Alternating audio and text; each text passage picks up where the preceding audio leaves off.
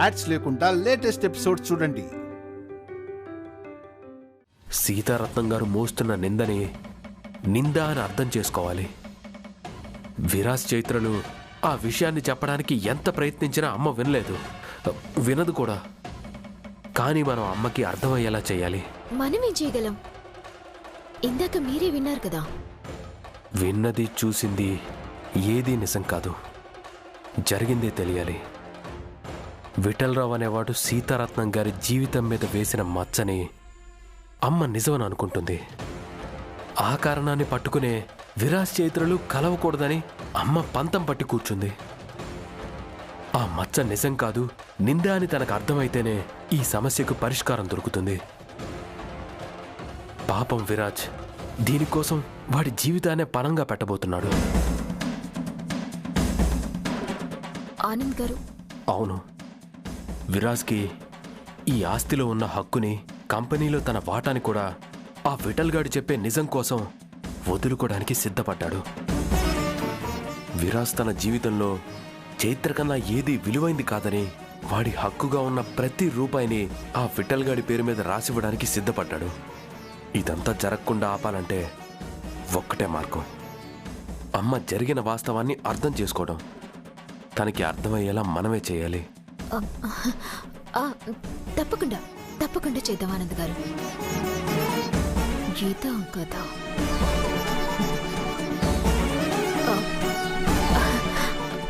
Juice తాగండి.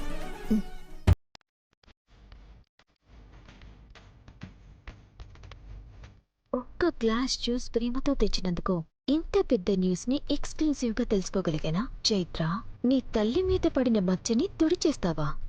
అందుకేనా నరసింహనాయుడు లెవెల్లో నాతో ఛాలెంజ్ చేసావు? విలువైన విషయం తెలిసింది కదా, ఇంకా విషయం అవ్వటం ఎంతసేపులే. స్మైలీ, ఏంటి ఆలోచిస్తున్నావు? అబ్బే ఏం లేదండి, మీరు చెప్పిన దాని గురించి. గ్లాస్ ఇవ్వండి. తమ్ముడు తమ్ముడు అంటూ వాడి వైపు వేసే మీ అడుగుని మీ వెనకే ఉండి నా దారిలో నడిపిస్తూ నన్ను దెబ్బ కొట్టాలని చూసిన దాన్ని చావు దెబ్బతీస్తా.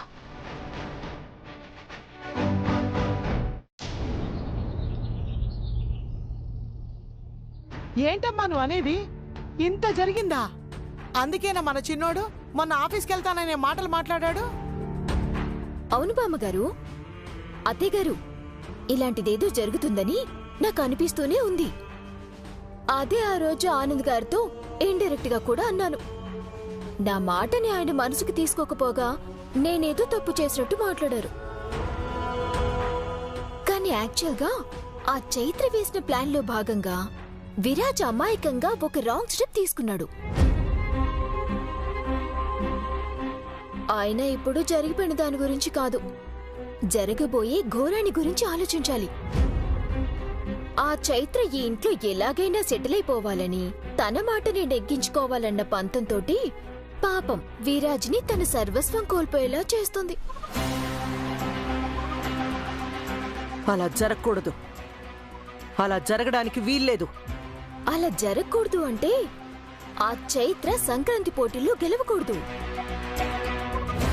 ఒకవేళ గెలిచింది అంటే సర్వనాశనం. ఆడదాని వల్ల రాజ్యాలే పోయాయి అంటారు. ఆ మాట నా చిన్న మనవడు అన్నీ పోగొట్టుకొని నిజం చేస్తాడా ఏంటి? మన కర్మ కాకపోతే. నేను బతికుండగా ఈ ఇంటికి నా బిడ్డకి ఆ పరిస్థితి రానివ్వనత్తయ్యా. కానీ అత్తయ్య, తను అదే టార్గెట్ పెట్టుకుంది. ఈ సంక్రాంతి పోటీల్లో ఏదో ఒక ఎత్తు వేసి ఎలాగైనా సరే తను గెలిచే తీరుతుంది. అలాంటి విద్యలు దాని దగ్గర చాలానే ఉన్నాయి అత్తయ్య గారు. పోటీల్లో పాల్గొంటే గెలవడానికి ఏదో ఒకటి చేస్తుంది, కానీ దాన్ని అసలు పాల్గొనకుండా చేస్తే సరిపోతుంది. అత్తయ్య, అవును, అది ఈ సంక్రాంతి పోటీల్లో ఎలా పాల్గొంటుందో నేను చూస్తాను.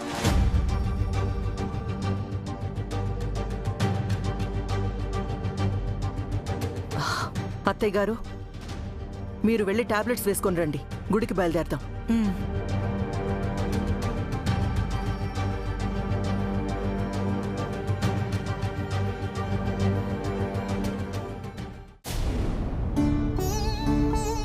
అమ్మా ఇదిగోండి పాలు. ఏంటి లక్ష్మి ఇది? ఎప్పుడు లేంది కొత్తగా ఏంటిది? ఎవరు పంపించారు? అమ్మగారు పూజ చేసి పంపించారమ్మా. ఈ పాలని అందరికీ ప్రసాదంగా ఇవ్వమన్నారు. అత్తయ్య గారు నాకు ఇవ్వమని చెప్పారా? అవునమ్మా, మీరు తాగి గ్లాస్ ఇస్తే నేను తీసుకుని వెళ్తాను.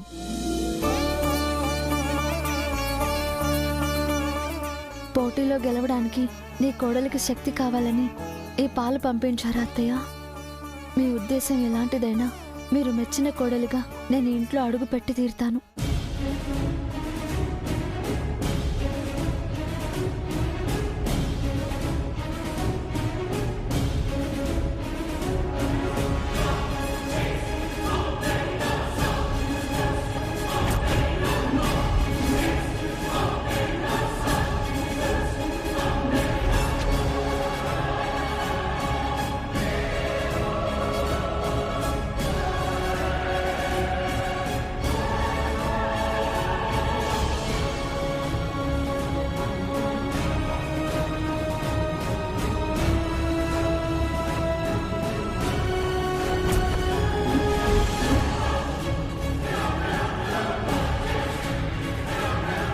ఇచ్చావా? ఇచ్చానమ్మగారు. తాగిందా? తాగారమ్మగారు.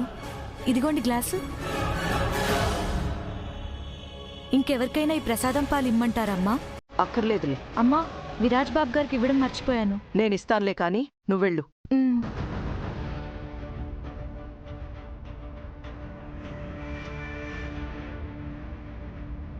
చైత్ర, పాలు తాగావు కదా, ఇక హాయిగా నిద్రపో.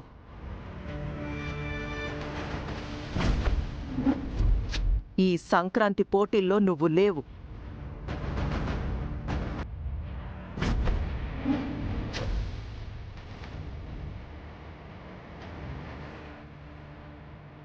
మాత్రలు కలిపింది చైత్రకిచ్చిన పాలల్లో కాదత్తయ్య గారు, మీరు విరాజ్కివ్వబోయే పాలల్లో.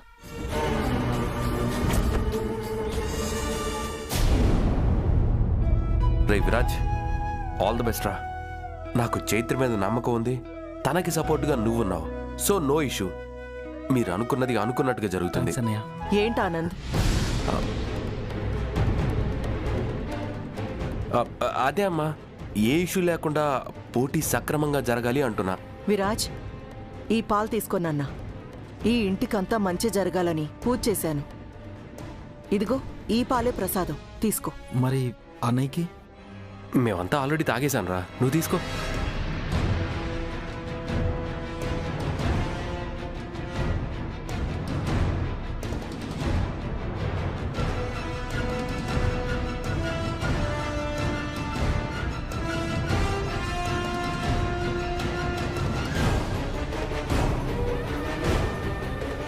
మంచి జరగాలని ఆ దేవుణ్ణి కోరుకోవడం మాత్రమే కాదమ్మా, ఆ మంచిని కూడా మనం చూడగలగాలి. వీలైతే చూసే శక్తినిమ్మని ఆ దేవుణ్ణి కోరుకుందాం. రే విరాజ్, నేను కాస్త ముందే బయలుదేరుతున్నాను, మీరంతా వచ్చేయండి, సరేనా? అలాగే అన్నయ్య.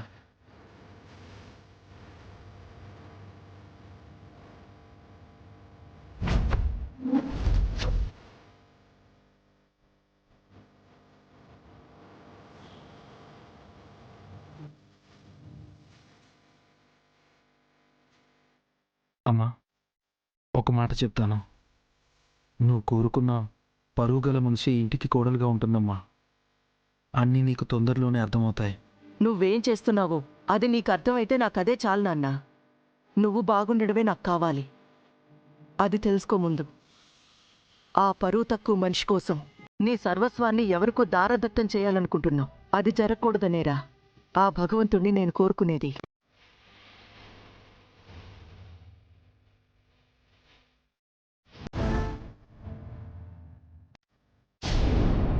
చైత్ర గదిలో ఉండిపోతే విరాజ్ ఏదో ఒక మ్యాజిక్ చేసైనా దాన్ని తీసుకుని వెళ్ళిపోగలడు. ఆవిడ బలమే విరాజ్ కదా. మరి ఆ విరాజే గది దాటలేని పరిస్థితిలో పడుంటే చైత్ర మాత్రం ఏం చేయగలదు? స్పృహలో లేని విరాజ్ గురించి ఏమైందో ఏంటోనని గిరగిరా గిరగిరా అని వాడి చుట్టే తిరుగుతూ ఇక్కడే ఉండిపోతుంది.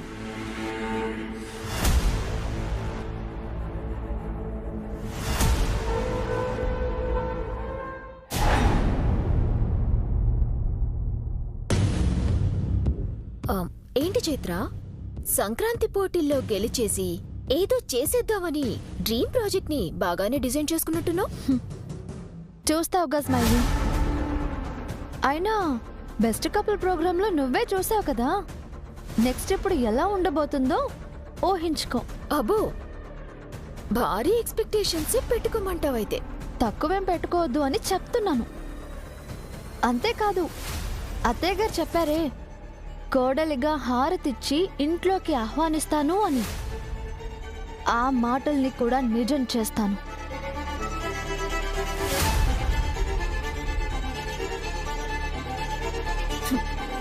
అబ్బబ్బబ్బబ్బబ్బబ్బా, మామూలుగా లేదుగా. సంక్రాంతి పండగంతా నీ కాన్ఫిడెన్స్ లోనే కనబడుతుంది చైత్ర.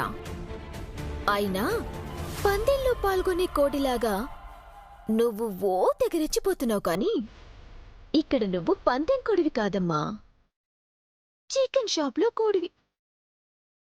నీ బతుకు కోతకు తప్ప రేపటి కూతకు అవకాశమే లేదు. కావాలంటే రాసిపెట్టుకో. నా కన్నయ్య నా పక్కనుండగా నీ మాటలు నీ కుట్రలు ఏవి మా గెలుపుని ఆపలేవు.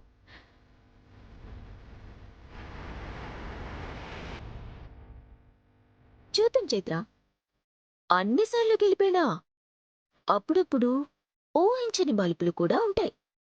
All the best.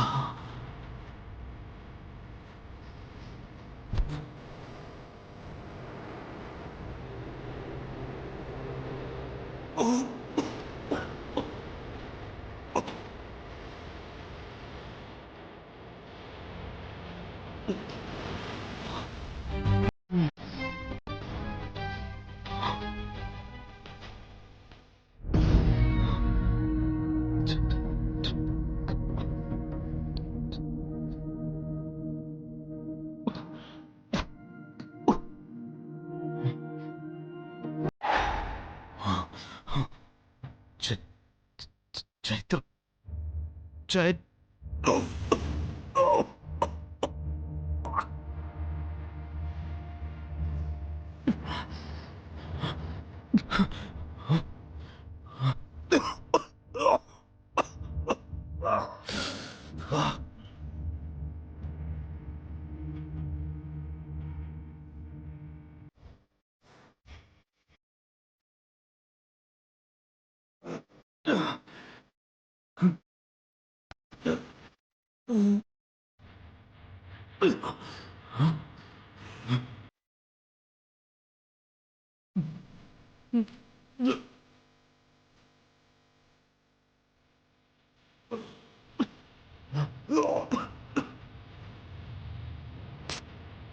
నువ్వు ఇంకా రావేంటి కన్నయ్య? నిన్ను చూసైనా సంక్రాంతి పోటీలకు బయలుదేరాలి. నీతో కలిసి వెళ్ళే అవకాశం ఎలాగూ లేదు. నా కోసం నువ్వు ఉన్నావన్న ఆశ తప్ప ఈ గుండెకి మరో ధైర్యం కూడా ఏదీ లేదు. త్వరగా రా కన్నయ్య, టైం అవుతుంది.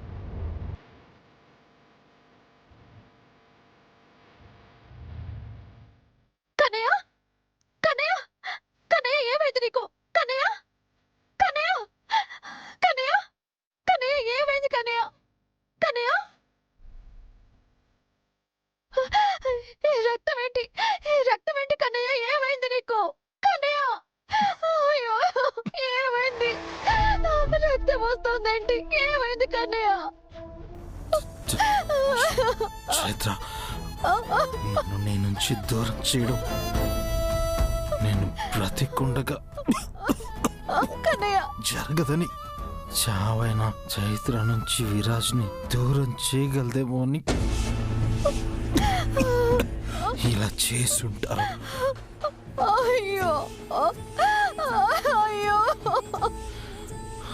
నీ బతుకు కోతకు తప్ప రేపటి కూతకు అవకాశమే లేదు. ఎంత పని చేసిందా రాక్షసి! ఆ దుర్మార్గురాలి మాటలు నేను పట్టించుకోలేదే. అయ్యో,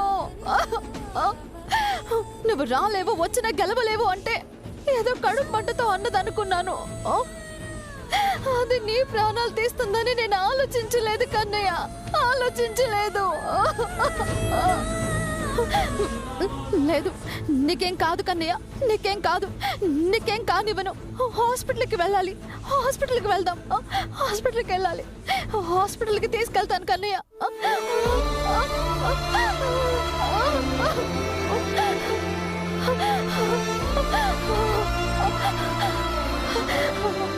హలో, అంబులెన్స్!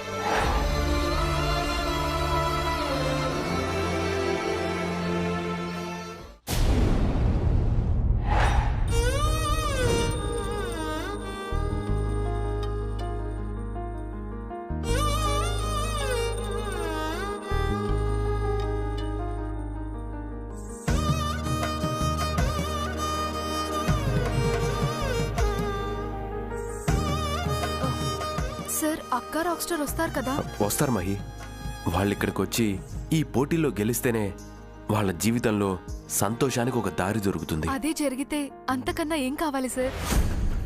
కానీ ఆ విఠలరావు అనేవాడు నాగవల్లి కన్నా రెండింతలు నక్క తెలివితేటలున్నవాడని అర్థమవుతుంది కదా ఆనంద్ గారు. వాడి తెలివి కన్నా నాకు నా తమ్ముడి మీద ఉన్న నమ్మకం రెట్టింపు మహి. అయినా ఈసారి బాల్ విరాజ్ కోర్టులో ఉంది. ఆ విఠల్ గాడు అనుకునేది ఒకటి, ఇక్కడ జరగబోయేది మరొకటి. ఇది వాడి ఊహ కందనాట.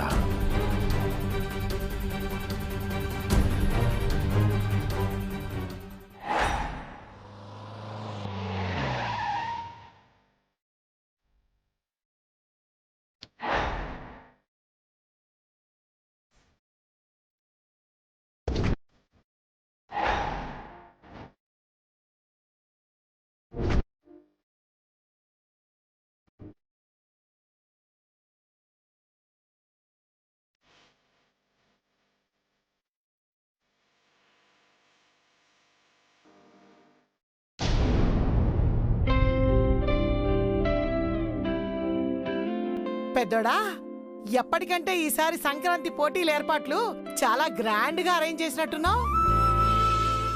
ఈసారి స్పెషల్ కదా బామ్మ, గ్రాండ్ గా లేకపోతే ఎలా? అవును కదండి. అమ్మా, విరాజ్ అక్కడ? వాడేమైనా చంటి పిల్లోడా ఆనంద్? వెళ్ళిన చోటకల్లా చంకలో పెట్టుకుని వెళ్ళడానికి? నీ తమ్ముడిప్పుడు చాలా పెద్దవాడు. అలా అని కాదమ్మా. ఏవో ఆనంద్, ఆవిడొస్తే కాని విరాజ్ ఇక్కడికి రాడేమో. వాడి ఇంటెన్షన్ అర్థం చేసుకునే అవకాశం కూడా లేకుండా చేశాడు. నేనేమని చెప్పగలను? అయినా వాళ్ళు లేనంత మాత్రాన పోటీలు జరగవా? ఈ పోటీలే వాళ్ళ కోసం అమ్మా. ఆనంద్, ఈ పోటీలు ఏ ఒక్కరి కోసమూ కాదు, మన కంపెనీ గౌరవం గురించి. ఎవరొచ్చినా రాకపోయినా పోటీలు ఎప్పట్లాగే జరగాలి. ఏ లోటు రాకుండా చూసుకో.